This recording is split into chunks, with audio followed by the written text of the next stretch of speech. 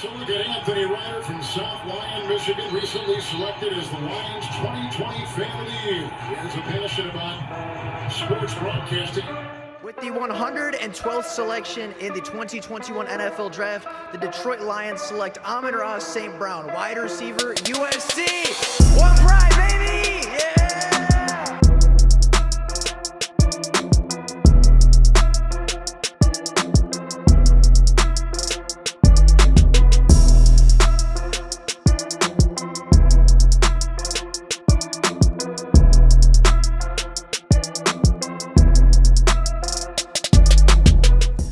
What's going on, everybody? Welcome back to another Detroit Lions video. Now, the Detroit Lions this Sunday travel to Atlanta to take on the 6 and 8 Atlanta Falcons. And in a very, very tough defensive battle, the Detroit Lions ended up dropping their 12th game on the season in a 4-point loss to those very Atlanta Falcons. This game was the defensive battle. There were a lot of big defensive plays made on both sides of the ball, from both teams, and the game ended with neither team surpassing the 21-point threshold. But in the biggest moments of the game and in the final drive and final seconds of this contest, the Atlanta Falcons would make one more big-time defensive stand that would essentially end the football game right then and there. The Detroit Lions, on the very last play for the fourth game and for the fourth contest in a row versus the Atlanta Falcons, would lose on the final play. Now,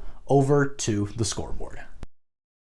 Now, as I mentioned just a moment ago, this was an incredibly low-scoring defensive battle between two teams whose offenses just haven't really been clicking all that well this year. The Atlanta Falcons are not an explosive offense, with the exception of Kyle Pitts being their real lone receiving weapon and Matt Ryan just being a reliable veteran quarterback at that position. But outside those two players, nobody really threatened the Detroit Lions defense. Kyle Pitts had a big day, I believe had 8 catches for 102 yards, had a couple big passes, had a couple big catches down the field, and Matt Ryan just trusted his guys to go up and win the football, and more times than not, when he was targeting Kyle Pitts, that was the result. However, despite the Detroit Lions' inability to stop Kyle Pitts on Sunday, the Lions kept this game incredibly close and actually were either leading or tied in this contest for a large majority of it.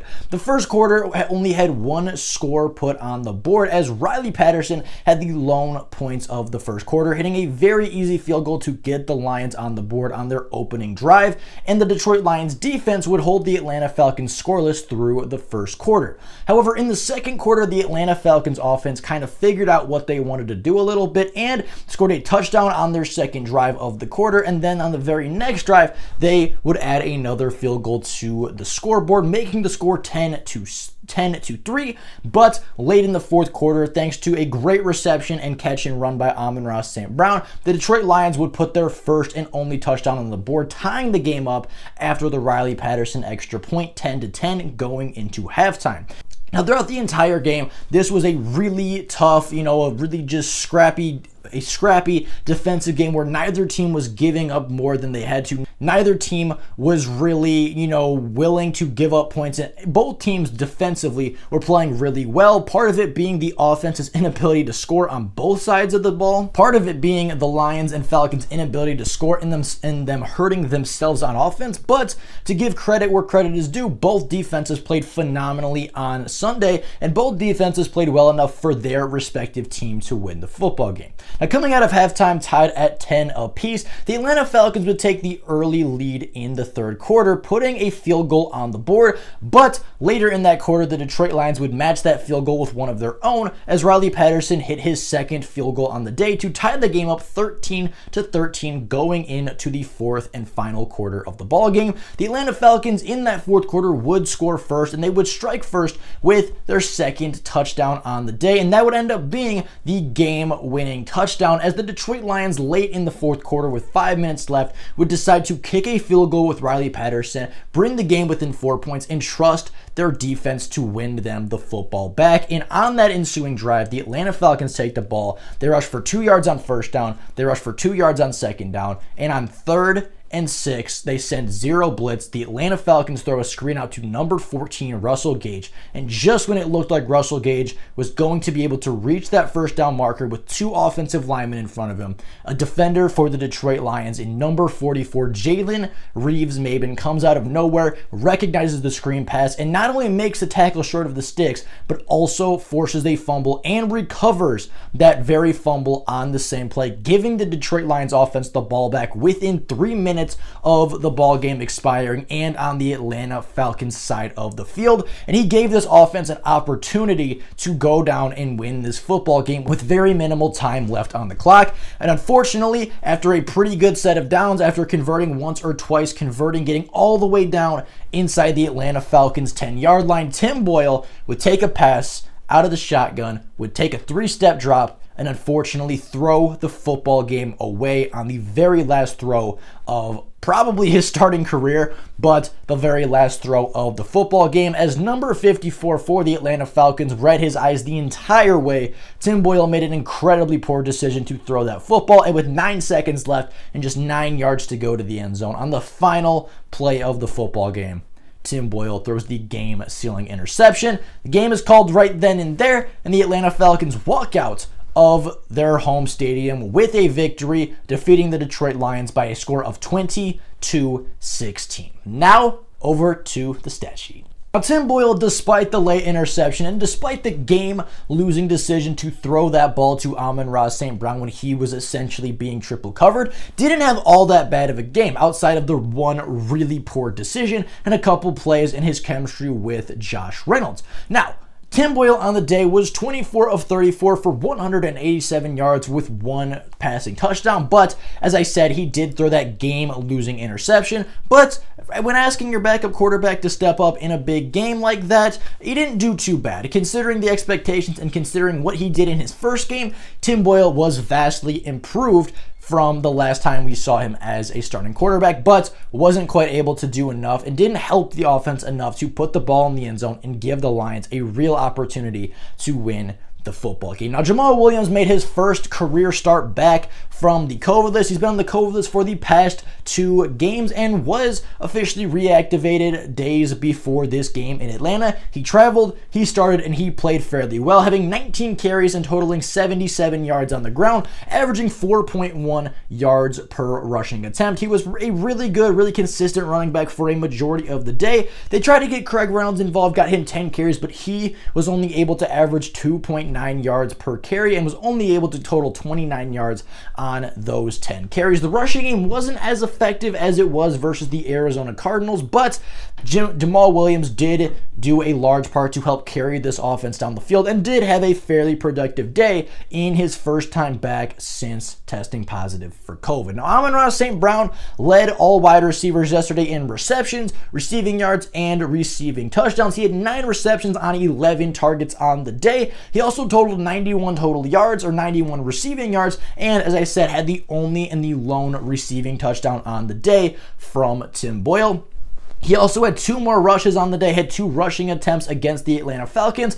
Both of them combined went for 19 yards. So as a total, Amon-Ra St. Brown had 11 touches for 110 yards and a touchdown. A really productive day after a really productive month for Amon-Ra St. Brown, the 4th-round rookie wide receiver. Offensively, there weren't too many standout players in this game, but Jalen Reeves-Maybin, the starting linebacker and the captain of the defense yesterday, did lead the team with 8 total tackles, and Derek Barnes, Austin Bryant, and Aleem McNeil would all walk away with a sack. Derek Barnes getting his first career sack, and Aleem McNeil and Austin Bryant both getting their 2nd sacks on the season and the 2nd sack of their career. Riley Patterson kept his perfect season perfect as he hit 4 for 4 on his kicks, 3 field goals, and 1 extra point. And Jack Fox averaged 54.5 yards per punt, I believe still being top 5 in the NFL in that category, and also on a fake punt went 1 for 1 completion-wise and threw the ball for 21 completed yards, extending the drive and actually leading to a scoring drive for the Detroit Lions after that play.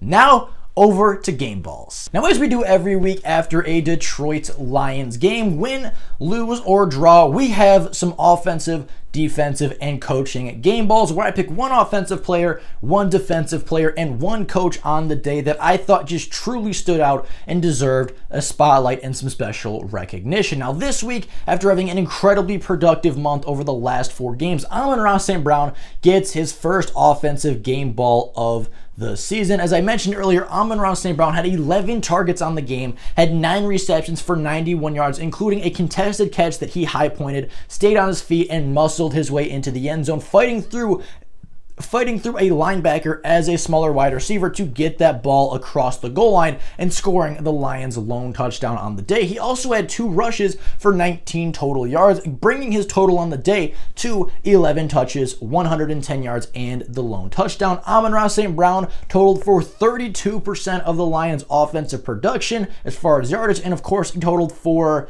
the lone touchdown on the day. Not 100% of the scoring, but 100% of the touchdowns. Amon-Ra St. Brown has been playing really well over the past month, has averaged 12 targets a game over the past 4 games, and in the last 4 games has at least 8 receptions in 70 yards in the past 4 games, and in 3 of the last 4 games he has scored a touchdown, and a large part of the Lions' success in the last month or so has been Amon-Ra St. Brown coming out and emerging as one of the better slot and one of the shiftier young wide receivers in the NFL. Now defensively, there's no other person I would give this game ball to other than starting linebacker and captain of the defense, Jalen Reeves-Maybin. Jalen Reeves-Maybin was incredible on the day, having 8 tackles, leading the team in that category, having a pass defended at linebacker, obviously batted the football away, and I believe actually got his hand, or was very close to getting his hand on 2 or 3 more in pass coverage. And then you also had what should have been a game-winning and a game-changing forced fumble and fumble recovery. He was all over for the Detroit Lions defense. He shot gaps, he got pressure on the quarterback, he was really good at pass coverage, and as I said, recognized that screen pass on the final drive for the Atlanta Falcons that mattered, and was able to strip the football out and force a big-time turnover for the Detroit Lions defense, who was looking for that turnover and looking for that game-changing play all day. He made that game-changing play, and that game-changing play should have been the play that won the Lions the game, should have been the play to switch that momentum, get the Lions the football inside Atlanta territory with 2 minutes to go, 2 stoppages of the clock. That should have been the game-winning turnover, and unfortunately, that was not the case, but I can't fault Jalen Reeves-Maybin for something that the offense failed to complete. Jalen Reeves-Maybin by far was the most impressive defensive player on the Lions roster on Sunday. Now, coach of the day, once again for the 2nd week in a row, goes to defensive coordinator Aaron Glenn, only allowing 20 points on the game, only allowing 2 touchdowns. And if you, as a defensive coordinator, if you can hold a defense to 20 points or less, 21 points or less, you should have faith that your offense is going to be able to score 21, that your offense is going to be able to score 2 or 3 touchdowns in a single game. Aaron Glenn did his part on the defense. His defense, even after being incredibly depleted, even after being injury riddled and losing Amani Oruwariye, your turnover leader, and Alex Anzalone, the captain of your defense, in the same week, his defense showed up. His defense played incredibly fast, incredibly hard. They got, I believe, a season high in sacks for a game with 3 in this game. They got pressure on Matt Ryan. They forced a turnover when they needed a big turnover. They did everything they needed to do in the moment. They held the Atlanta Falcons to field goals when they needed to hold them to field goals. They held the game within 1 score when they needed to do that. And when we needed a big time turnover from Aaron Glenn's defense, they forced that turnover. As a team, they played really well, and I was really happy with the defensive performance of the Detroit Lions this week. And hopefully with Jared Goff and potentially DeAndre Swift returning next week, the Lions offense can take that next step and kind of complement the defense and kind of help them out in the same way the defenses have been doing for a majority of the season. Now, over to the story of the week. There was really 2 stories this week, one going into the game and one coming out of the game. Now, obviously going into this game, there was the big question of who was going to start as your quarterback with Jared Goff's absence, and how was that quarterback going to play? Were they going to hinder the offense? Were they going to help the offense excel and put up points on the board to help beat the Atlanta Falcons? And how effective could this offense be with either David Blau or Tim Boyle being the signal caller under center? And that question was answered. Tim Boyle played better. He played okay football, but the Lions were incredibly conservative with him at quarterback. Yes, they got the passing touchdown to Amon-Ra St. Brown, but 90% of the work on that play and 50% of the yardage was gained by Amon-Ra St. Brown by himself. It was not a great throw by Tim Boyle. Amon-Ra St. Brown made a phenomenal play to go up and high point the football, to catch that ball, to stay on his feet and muscle and just will himself into the end zone through the efforts of number 54, the linebacker, the starting linebacker for the Atlanta Falcons. Tim Boyle did not play his best game, didn't play his worst game by far, but that last read at the end and just overall the conservativeness of this offense was something that really hindered them and I think prevented them from scoring and being as effective as they could have been on the offensive side of the ball. And then the big negative for this week and the big story coming out of the game was the penalties and the negative plays. The Lions had 6 penalties in this game, which doesn't sound like a lot, right? 6 penalties is about 1.5 every single quarter. Doesn't sound like a lot, but they came at the worst times. They came at the beginning of a big drive. They came once the Lions started getting momentum. There was a big holding and it set them back to 1st and 20 and that stalled out their drives. It wasn't necessarily the amount of penalties that the Lions were called for.